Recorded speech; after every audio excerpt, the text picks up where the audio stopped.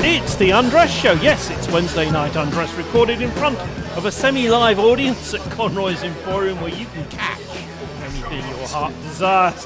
Hello, my fellow Undress. It's that British person, Jeremy Taylor, and I welcome you to the talk show that pretends to care. Now, we get lots of emails about the undress bit, and whilst it's true that we sit here in silk and satin pyjamas, except Eva, of course, who's wearing a rather fetching nightgown tonight, it's about being uninhibited, rather like a red velvet Hugh Hefner 70s pyjama party.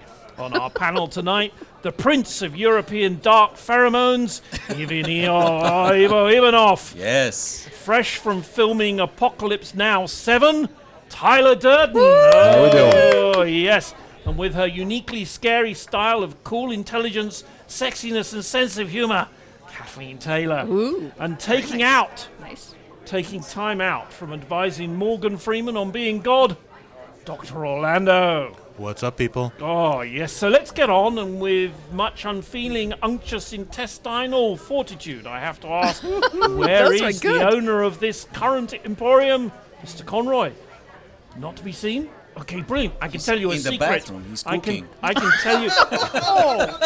He's trying to think of jokes for later. I can tell you a story, a secret, actually, that happened here the other day in the bar. A guy walked into Conroy's carrying a crocodile and a chicken. Oh, no. No, he did. And he put them down on a stool, and he said to Conroy, "I'll have a scotch and soda." And the crocodile added, "And I'll have a shot of top-shelf tequila." Conroy was amazed. He said, "That's incredible," he gasped. "I've never seen a crocodile that could talk." "He can't," said the guy. "The chicken's a ventriloquist." Oh. So Anywho. That brings us so many well, you have to know these things. Now, look. Remind me to forget this joke forever. No, I don't have to know those things at all. For too long, many serious and not too serious, and some very, very, very serious sports have been left out of the Olympics. Take cricket, for example, followed by billions. How is that a serious sport? It's great insect. Yes. But I don't know about sport. If you look, 2.5 billion people follow cricket. That's, of course, after 3.5 billion people watch football. Because of India and Pakistan, right? That's right. So you get the Asia, picture of this Australia, little cricket UK. running along the ground and 2.5 But billion you people know, there are following lots it. of sports that are not Olympic sports. American football, fishing, welly chucking, and of course motor racing. Now, some of them have been Olympic sports in the past. Motor racing, for example, in 1900. One of the main races. It was. One of the main races was won by Renault. The actual Mr. Renault? Louis Renault himself, yes. Oh. And of course, there's Evo's favourite, speed eating. Yes. Competitive speed eating. Yes. I've noticed that whenever we order French fries. How would you classify speed eaters? By country?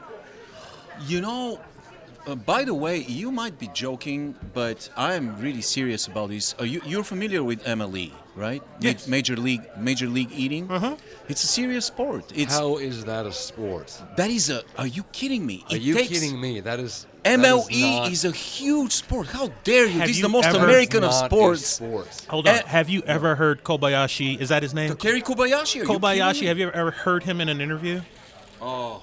No, I have not. Oh, dude, he's completely serious about it. He I'm goes sure he into is. So is, breaking down I'm sure how Joey he has Chestnut is just the same. Joey Chestnut is a legend. I But mean, it's we're talking, not a sport. No, it is a sport. It's a very well organized and regulated sport. There's an International Federation of Competitive Eating. It is very well organized. There's 50 events that are taking place all over the world. There's numerous world records, and we're talking about MLE. It's the most American of sports. It's very competitive. It takes, hey, sir, it takes preparation. It takes dedication. It takes intestinal fortitude, sir. It takes a lot of, and you might look at it and say, hey, you know, it's not a sport because all of us, pretty much everybody on earth, has had their 10,000 hours, right? But we're talking about competitive eating. Not just eating, competitive eating. And you look at the league right now. No. There's- You say like there's a league as though there are teams and franchises. Oh, and there's yeah. a commissioner. Yes, there's commissioner. No, there's, no. You mentioned the great Joey Chestnut. I mean, Joey Chestnut's a The legend. great. He's one of the great. No, he's. If you look at the ranking right now, at MLE ranking right now. What, sadness? Joey Chestnut. Joey Chestnut is at the top. He's the Michael Jordan of competitive eating. No. I mean, you look at The Joey. commissioner is Nathan. You've heard of his stands. And it's hot dogs. Joey Chestnut Yeah. currently holds 41 records. We're talking apple pie, 20 pounds. 20 pounds of apple pie. That doesn't matter. Just Deep because you fried- hold these records, that doesn't mean it's Are a you sport. kidding me? Deep fried asparagus in 10 minutes? It's not a sport. Deep fried asparagus? He holds the records for burritos. Burritos long form, 14 pounds in 10 minutes. I'm sorry. Please pause. Did you say burritos long There's form? burritos long form and burritos short form. Burritos short form. I want is- some taquitos. It's based on the size of the burritos, but Who then we have chicken size wings. doesn't You matter. Bulgarians, it's always size, isn't it, with your Bulgarians? Yes, long form. Yes. So we have chicken wings in 12 minutes, 7.6 pounds of chicken wings in 12 minutes. We have buffalo chicken wings. We Still have, not a sport. I think Jeremy's crocodile should enter chili. this. I bet he could Chili. top that. Should we do Joey another Chestnut crocodile? has- I got another crocodile. No. Joey please, Chestnut no more has crocodiles. two gallons in 6 minutes of chili. Then, this one will blow your mind.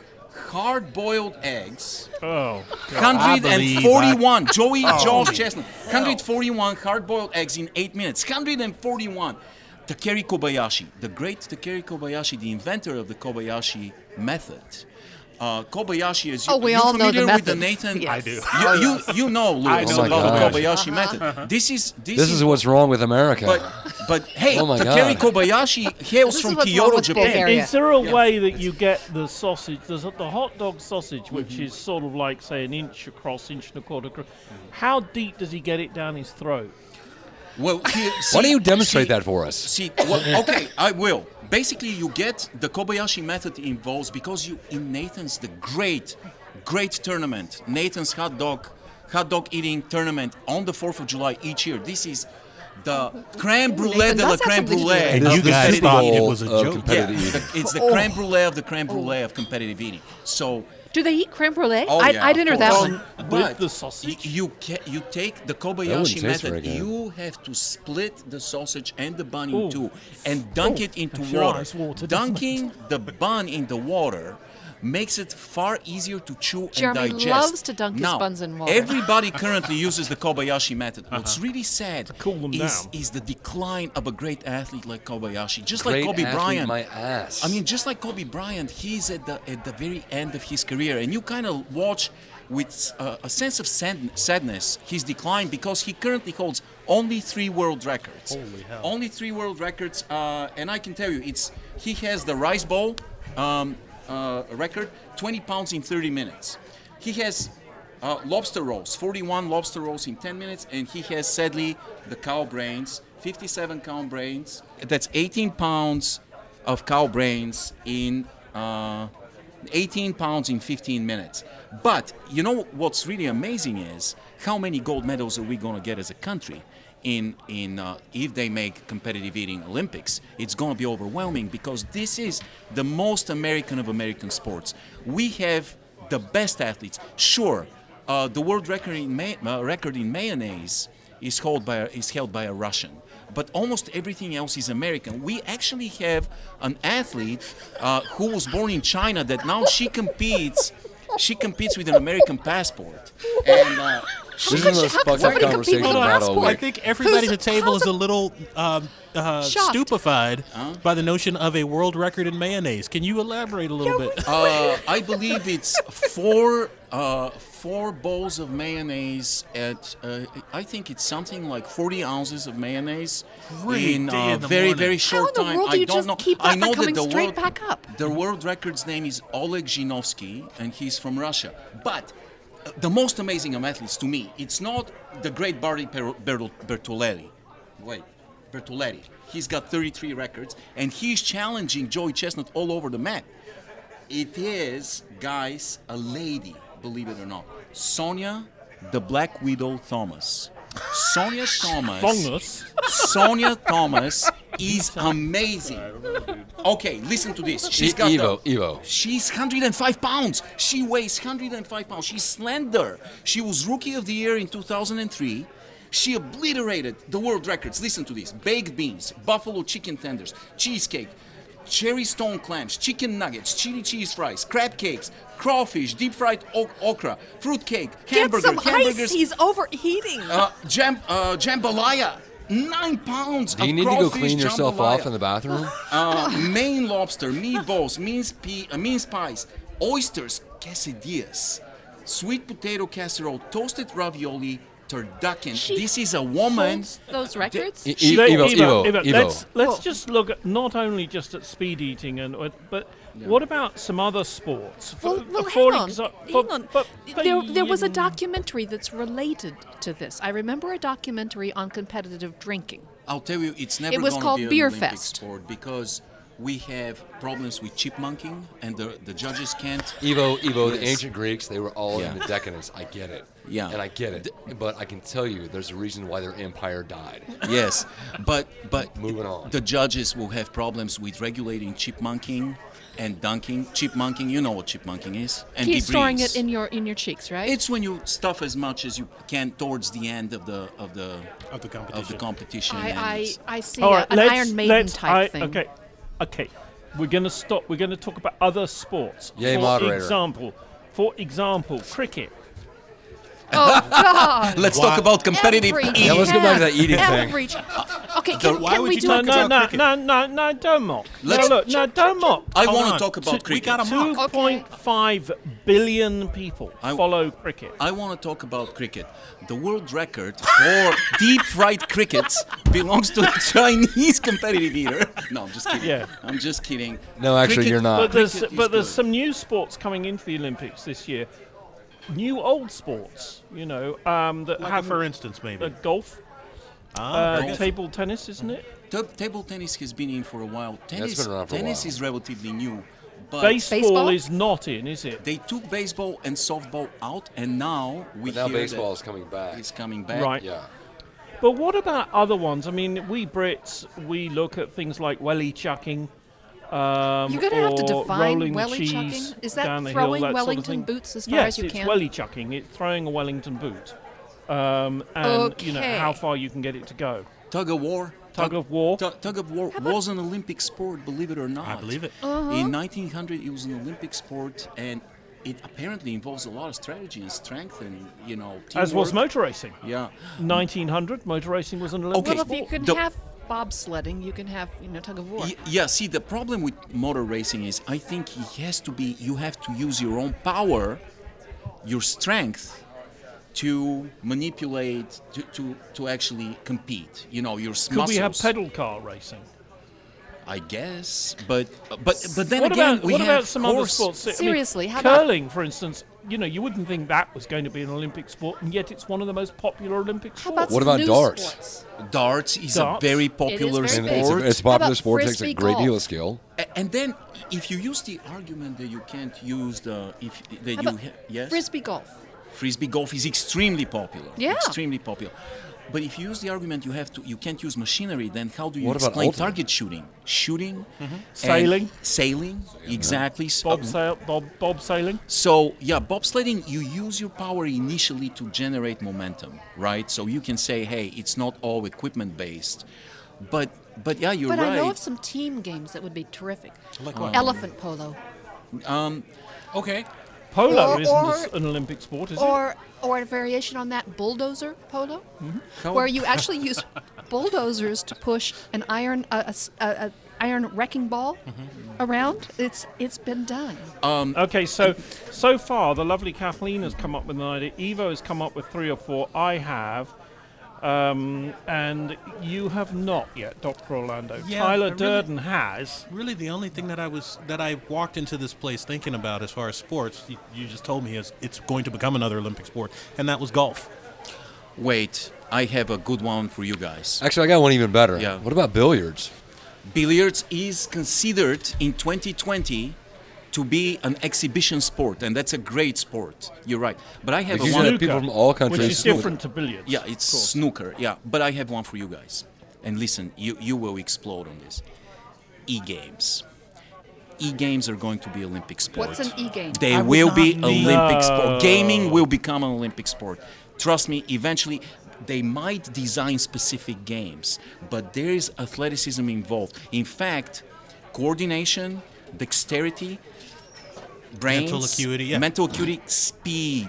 You know that after 30, it's almost impossible to compete in electronic games. Actually, I disagree with you for one reason. If you go with e-games, think how easy that would be to rig and to hack.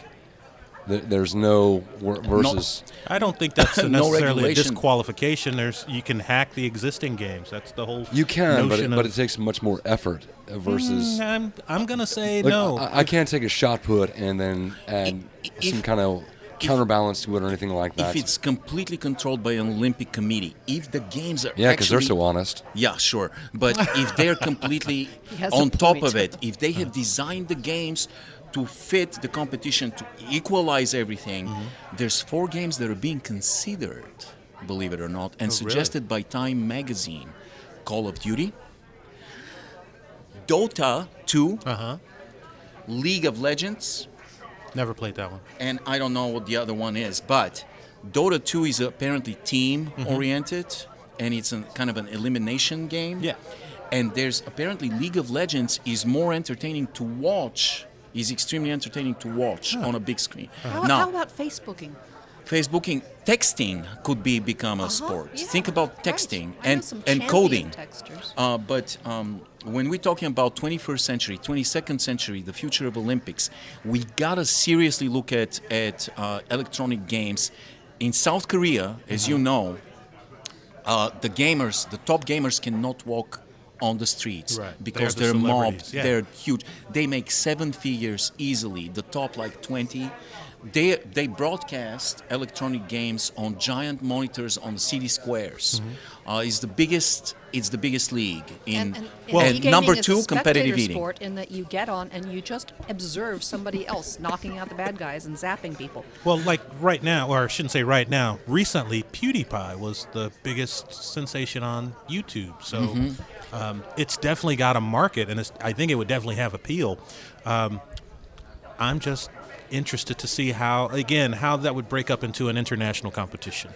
Well, for example, Call of Duty and Dota 2 apparently have enormous following. We're talking about 100, 200 million people around the world that are familiar with the game. It's a universal language, the game, the electronic game. And it's extremely popular. So it's a giant industry. So obviously It's also there's... sick. Yeah, maybe. You're listening to WednesdayNightUndressed.com, recorded semi-alive from Conroy's Pub and Emporium in Lawrence, Kansas.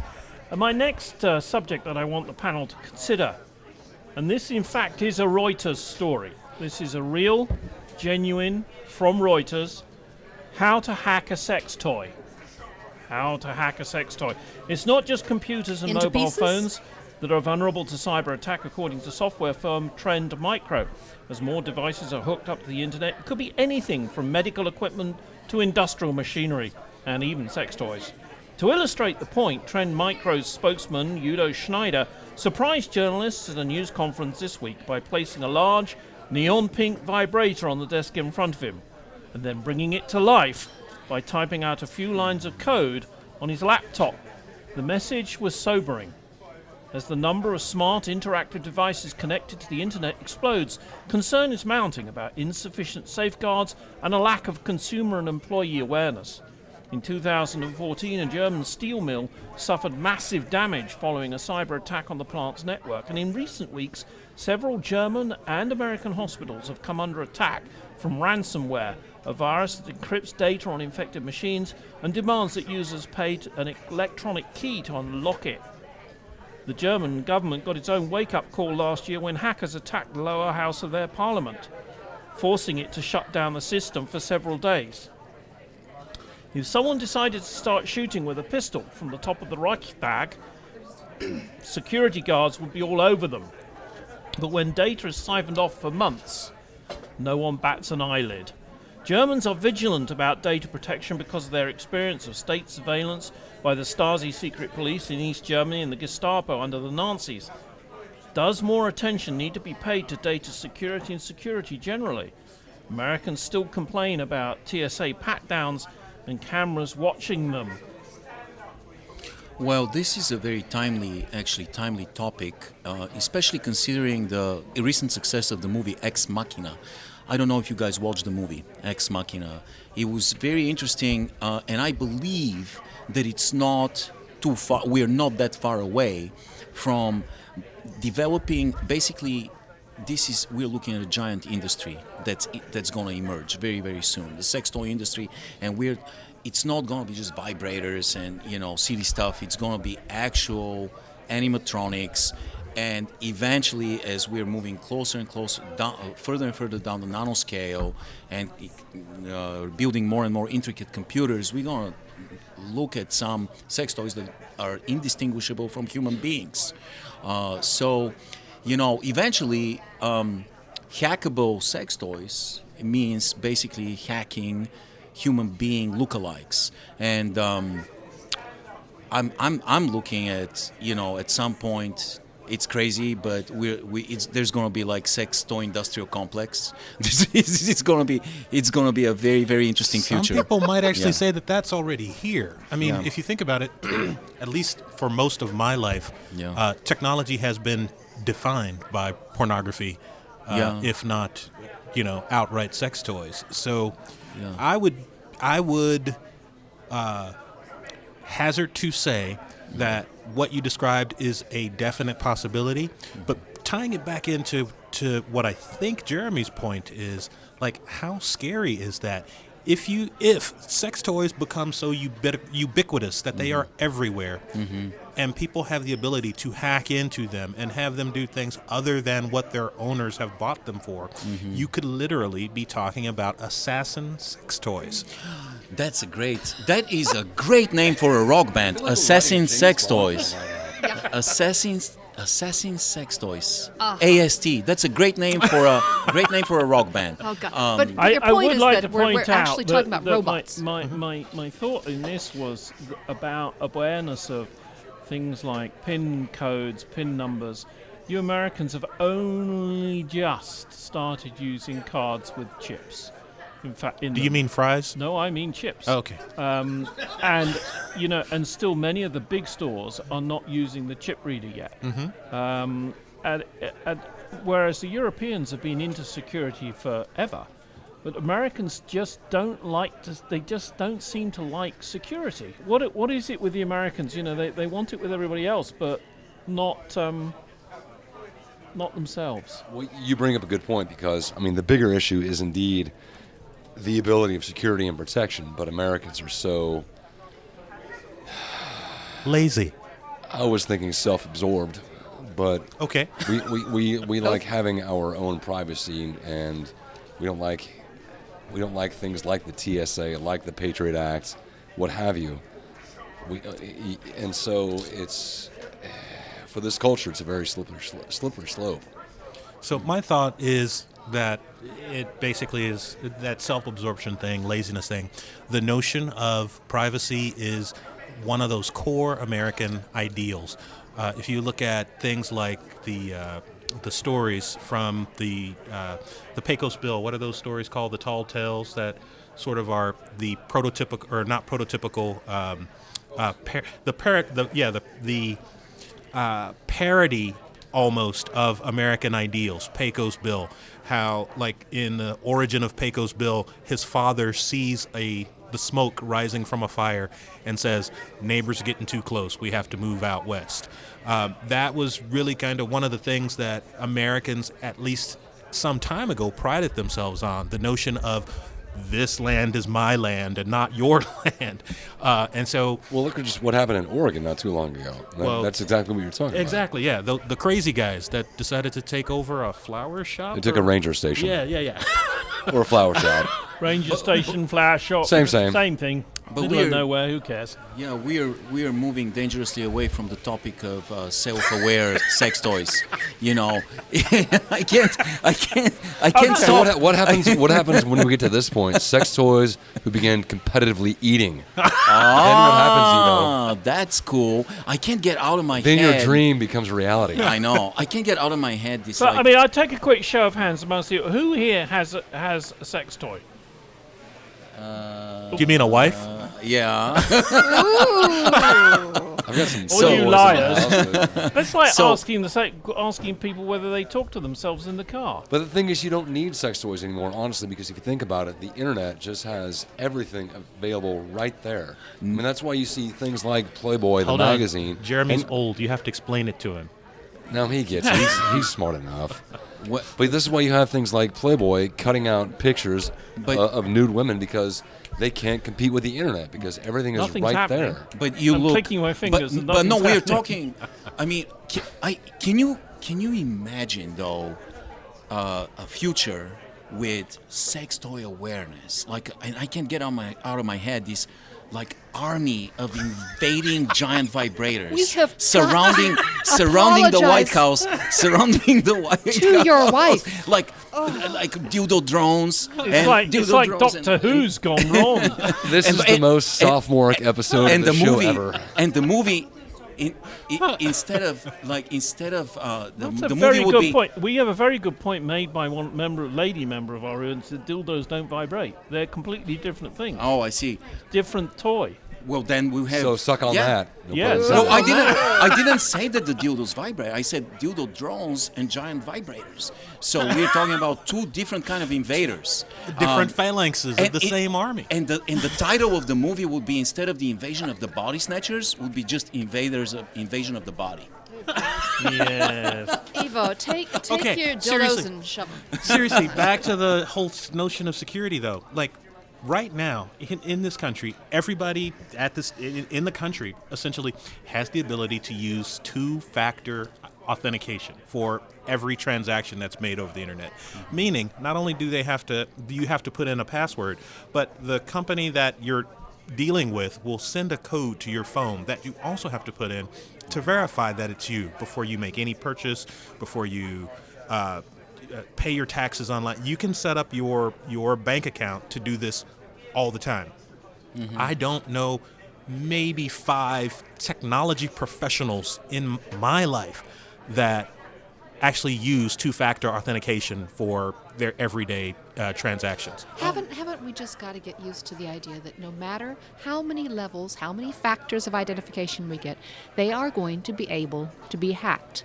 I think that it's a lot more severe and apocalyptic, say that 5 times, than we're talking about. No matter how much security we get on internet stuff, on security, it's going to get hacked. Agreed. Something really drastic is going to have to change if we're going to get around that. There will always be individuals who find a loophole and who can hack through any defense you put up. So then why worry with defenses at all? Why do we put locks on our door? Why do we have keys for our car? Why do you wear clothes? That's been a question of mine for at least since puberty. And mine. Beyond making me jealous. But no, At there's best, this notion anything that that's just a because holding there's this tactic. notion that because things are not perfectly secure, that there's no point to security, and we demonstrate daily that that's not true. We demonstrate every time we leave our house and lock our door. But what is it about Americans that if you go to Newark and you stand in the line to get on a flight to Britain or to Holland or to Mexico or somewhere, and look across at the El Al line where everybody is searched, that's it. And if you blink, they'll strip search you. Everyone is searched, and it is expected. If you're flying to Israel on El Al, you are going to be as close to strip searched as it's possible to be without being naked. Well, you And no one says a word. Well, you hit on a bigger issue within this country. This country, no matter what it likes to profess, is still exceptionally racist and very bigoted. We see it. And so that's kind of... You think this is a bigotry thing? No, Well, no, I think that No, I no, think that but at least the instance that you gave, I think there's a lot of that behind it. Well, I think that Jeremy, correct me if I'm wrong, but I think that the point that you were making was the people that are flying El Al as well as the people that are working for El Al understand that that's just the cost of doing business. Yeah, there's a big story in Germany at the moment about a lady wearing a burqa who was attacked and raped, and she's refusing to take her burqa off, and the judge is saying In court. no, Yeah. in court, and the judge is saying, I don't know that you are the lady that got raped, so I need to see your face. He also wanted to read her facial expressions. Exactly. He said that it's important for a trial for him to be able to read her facial expressions. So, I mean, I don't know what the answer is to this. So It's for a good me, point. there's a couple of competing ideas behind what you're saying. There is the notion that Americans have, again, based the country on a core American ideal that you are innocent until proven guilty. We have laws against unreasonable search and seizure. You got something big there. Yeah. That the notion That's of what she said. Oh, As the actress said to the bishop. Well, actually, it was Kathleen to Lewis, but you know, No, but whatever works. there's this notion that runs against the American idea of, because I'm innocent, I don't have anything to prove against you. It is quite honestly the same reason that you hear people like me crying out against this notion that the FBI wants to have unfettered access to my phone. If I'm innocent, there's absolutely no reason for you to search my shit. It troubles me to no end that we ended up talking about a serious topic after starting with hackable dildos. yeah. How is that? I How did just, that happen? But it's fun, Yeah. isn't it? Yeah. We're going to move on. You're listening to Wednesday Night Undressed.com. Join us on Wednesday night at Conroy's Pub and Emporium for more of this. We agreed on Undressed at a meeting we had the other day. We agreed that this week we were not going to mention the turnip. But it has to be said, there are those who say it is wrong to suggest that the country should be run more like a business. What's wrong with a deficit, they ask? To quote a well-known American, you cannot strengthen the weak by weakening the strong. You can't bring about prosperity by discouraging thrift. You cannot help the wage earner by pulling down the wage payer. We have to raise taxes to pay for the things we need to fix. Infrastructure, for example. Raise in this case means charge.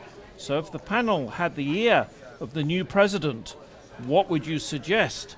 And by the way, that well-known American, Abraham Lincoln. I thought that was Bugs Bunny. Okay, I want to unpack what you just said. There That's were what a she couple. There were a couple of really, really salient That would have points, been the or so I actress to thought. the bishop. Well, I'm sorry. Yeah. Yes. Okay. There is a notion that running America like you run a business means there would be no deficit. Is that the notion no, behind that? it's a little bit different. The subtext is what's wrong with running a deficit. Companies don't want to run a deficit, but a country actually is not all that bad. And the idea that running a country as if it's a company is a good thing, to me, is a pernicious idea. Well, I'm not even sure that it's pernicious as much as maybe nonsensical. It seems to be a platitude. It seems to be one of those things people say without either understanding how a company's run Could I just break or in and understanding ask how if a anybody country's knows run. what pernicious means? Isn't the other that I the do. fruit debated that has for- lots of seeds in it? I don't know. Does anybody know what pernicious means? It's all very well Isn't that a used. sex It's disturbing? Bad Yeah. leading to even more evil. Disturbing. Insidious. Yeah. Sinister. Sort of like Evo's eyes. Yes. I like Oh, evil. those pheromones. Ooh. However, listen, a company is run in order to make profit for the owners of the company. And that's the only reason it is. Yeah, exactly. It's really. Now, how does Now, that is- translate to running a country? Is a country supposed to be run so that the people who own it can make a profit? Profit is important. Isn't when that you run a country? But Hold on, isn't that literally what our government was created to do? No, the government was created For the people, by- Yeah, for the people, by the people. It's Platitude. It's in order to. Platitude. Okay. Our government was created to foster land ownership and to make money. Oh and yeah, increase right. the wealth of those who are already wealthy. Well, that's that's exactly what it's about. become to. No, Yeah. That's why it was started. When you talk to the guy who was 3/4 human, at the beginning of this country, I can tell you for sure that it was not simply a case of being for the common people, man, woman, child. No, it's for the landed gentry. If you think it's actually for everybody, I'll give you one argument. The Electoral College. There you go. It's not for everybody. Okay, you guys have just proved that that America is meant for the rich to get richer. Do you actually believe that that's what we are now? I think that's Why the don't fight. you go ask Donald Trump? No. I think that's the fight, and I think that We're not mentioning turnip this week. No. I think that is exactly the fight. I think that what we have boiled down to right now is this philosophy that says, let the market decide. The market is the guiding force. And we as a country will do as much or as little as we can to ensure that the market prevails.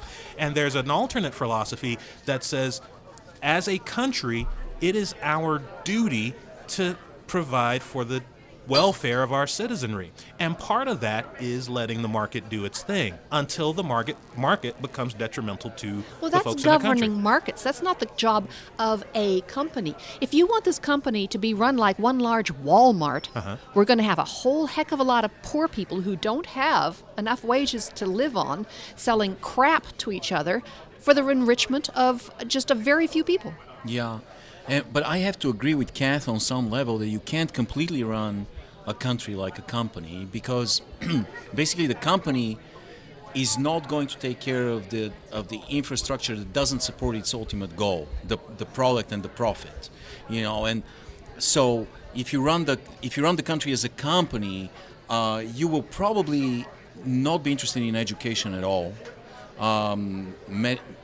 medical care. You might be interested in medical care if you run the company as far as you want to keep the workforce relatively healthy, because you depend on the workforce. But you can't run as a soulless. So I'm going to say something that maybe will blow your mind. Mm-hmm. What if it is a company whose objective is to increase the wealth of all of its citizens? There's no such company. Right, there's no such company. Yeah. But what if that was how the government positioned itself? And the reason I ask this... Then they wouldn't be like a company, because a company that worked to increase the wealth of people who were not owners of the company would be run out of business. There's dozens of them that I could name off the top of my head that do exactly that. One of the top ones right now is Costco. Costco is a company that is internationally known as a company that puts the welfare of its employees on a par with making profits. And it's one of the most profitable companies of 2015. But if it weren't profitable, it wouldn't be doing what it's doing. Think about who makes the most money out of that profit. I mean, what you're kind of missing is the idea of greed itself. No, I'm not. I hear exactly what you're saying, but my point is... But this idea of a country that is designed to increase the profit of all of its civilians, no, that will not. That will never come. Why not? There's a really... a good example is the airline industry, because basically the stockholders of an airline company, they meet every 4 months, right? Quarterly. Mm-hmm. They meet, and they ask the executive director, why is our stock not going up? So what is he to do? He's got to make the seats smaller. He's got to put extra seats. He's got to eliminate the laboratory. He's got to eliminate food, coffee, peanuts, to a point of there's got to be somewhere a breaking threshold. There's got to be somewhere a barrier that needs to give.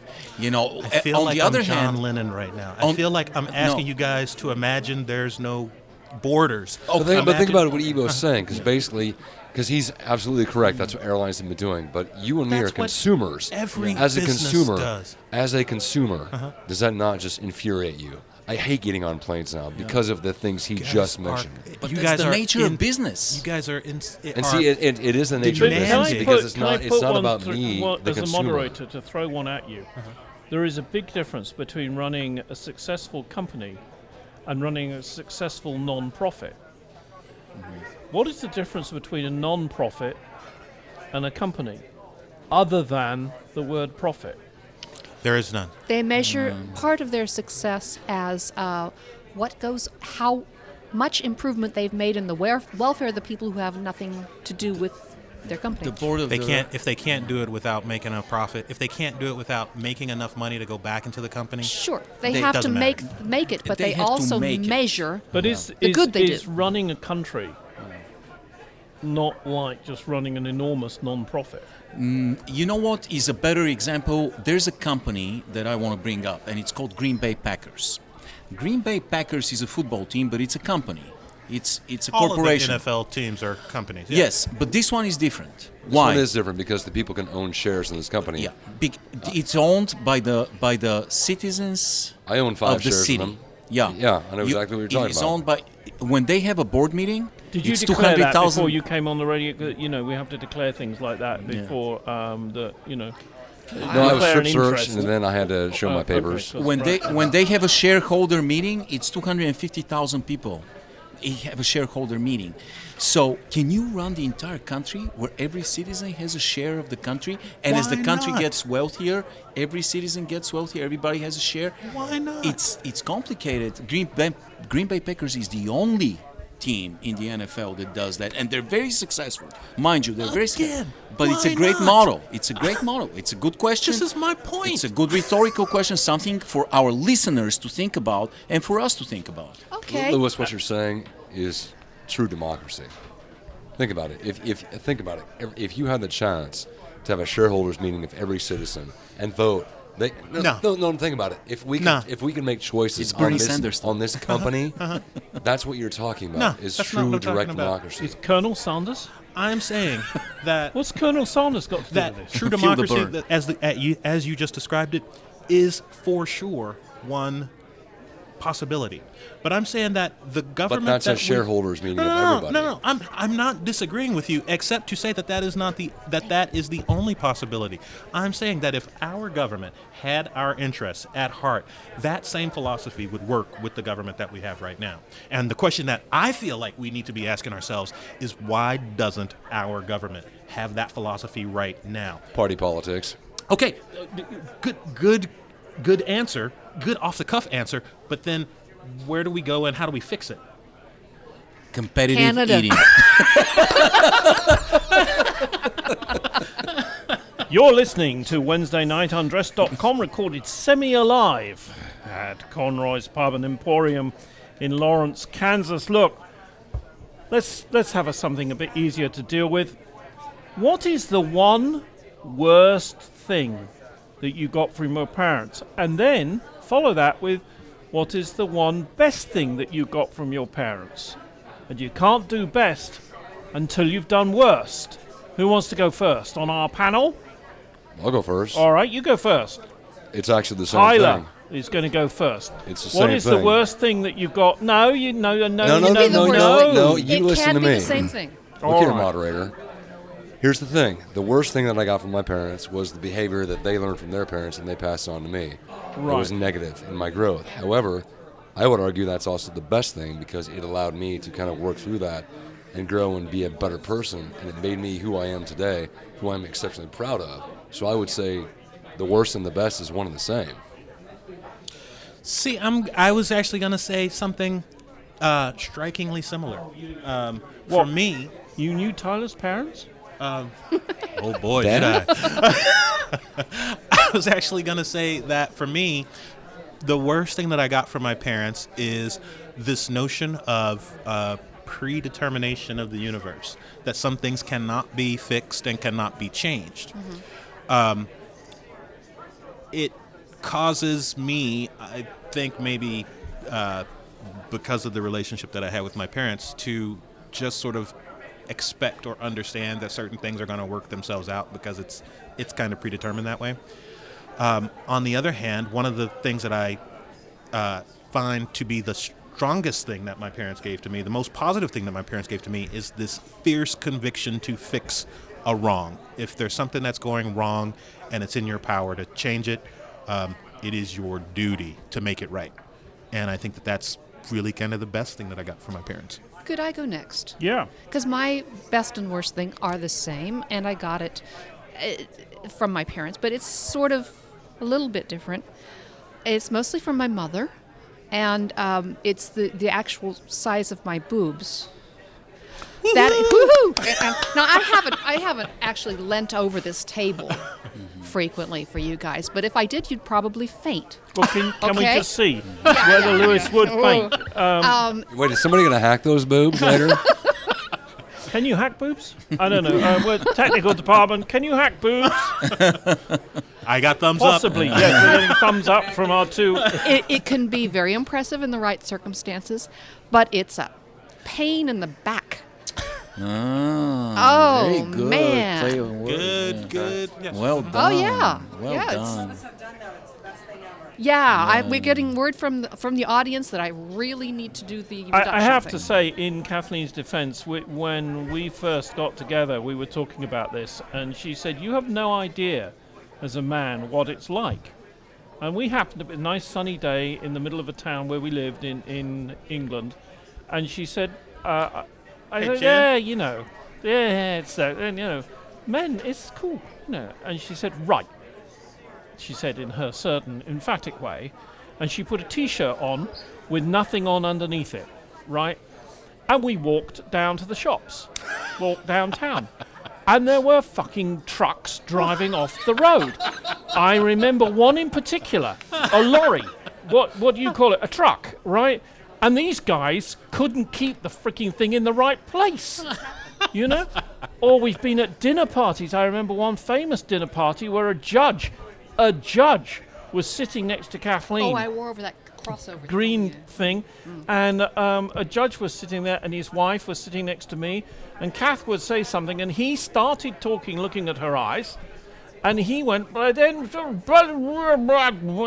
You're on. God. You can only Just hear. for the audience, Jeremy's now looking at my chest. Yes. I mean, it was quite amazing to actually see it for real. So I do sympathise. I sympathise. Yeah, But a it's whole just, lot. but it's just too bad. She's going to live with it. Yeah. Evo, what's the one worst thing that you got from your parents, and what's the one best thing that you got from your parents? Never thought about that, but Well, now now that you you have to. ask, it's pretty predictable. Predictably, it's what every child in a single child family gets as a worst is, you know, you get cradled and spoiled, and you know, you're one child, so all the attention, you get all the attention, all the presents, everything's for poor you, thing. you know, and so you end up very, very spoiled, and you end up growing up expecting things to be done for you. Oh, I see. So Right. I had to go to the army and learn to survive in the army before I actually established myself as, you know, as an individual. And so that's probably the worst thing. The best thing is gotta be this goddamn sexy body. And I mean, look at this elegant neckline. I mean, Jesus Are women Christ. fainting all It's around us at the freaking moment? incredible. Wait, It's the why do you pheromones. need sex toys? It's the pheromones. That's what it is. Jeremy. For me, it was rejection, self-doubt, you know, boarding school, and I just became a natural Eeyore. In fact, in my house, if you come to my house, you will see Eeyores everywhere. And I think that was the worst thing. Self-doubt, constant self-doubt all through my life, even today. But as yes, you can see even here, with an Eeyore watch that my wife proudly wears. The other thing that I did get, however, from my father and mother, was a respect of older people. You know, people who've been through a war, they've been there, they've seen it. Terrible, we're very lucky. English people, English kids, you or Americans, Eva and I are the same. We didn't have to go to Vietnam. And many people of my generation had to go to Vietnam.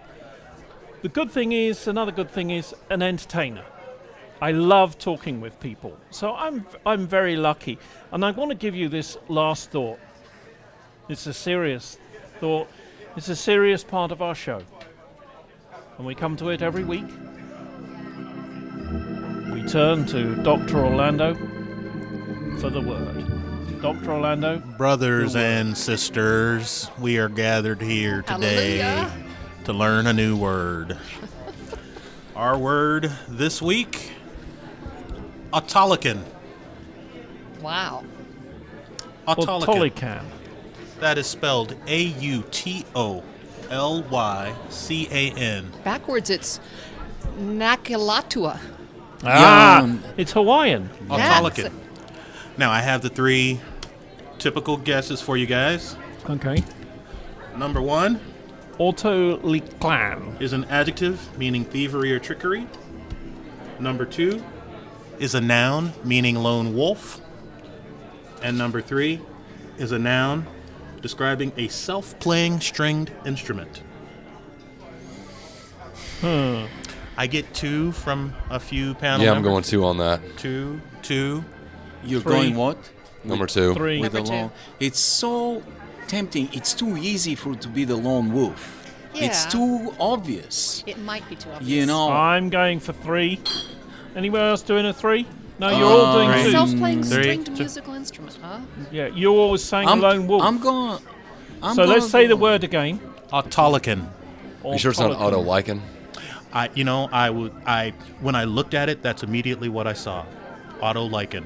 Okay. Engineering, a vote from the engineering. What do you? They're going with 2. Yeah, Well, I'll go with 2 or twos. 3, so it's probably It's 1, but I'm still going to stick with They're 2. probably all wrong. It's 1. I'm Damn sure. it! It's too. Just because 2 is too obvious, I'm gonna go with 3. All Yeah, right. I'm going with the 3. answer is number 1, Oh. meaning Nice. thievery or trickery. The definition is characterized by thievery or trickery from Autolycus, the son of Hermes and Chione in Greek mythology, who was skilled in theft and What a trickery. You bastard got he all was. of us. You won. I am won. mighty! You've been listening to Wednesday Night Undressed.com, recorded in front of a semi-live audience at Conroy's Emporium. We want to say thank you for the sound and editing to Neil Rasmussen and Eric Holcomb, and of course Tom Conroy for letting us do this. His steak fries and running probably the coolest proper pub in the region. From me, your host, Jeremy Taylor, I'd like to say thank you to our team, our panel tonight, the Prince of European Darkness, Ivo Ivanov. Joey Chestnut, Fresh world from record in steak filming fries. Apocalypse Now 7, Tyler Durden. The uniquely scary, cool intelligence's sexiness He has to of say that. Kathleen Taylor. Yeah. And of course, taking time out from advising Morgan Freeman, who's just gone off on a tour, How to Be God, Dr. Orlando. My name was Jeremy Taylor.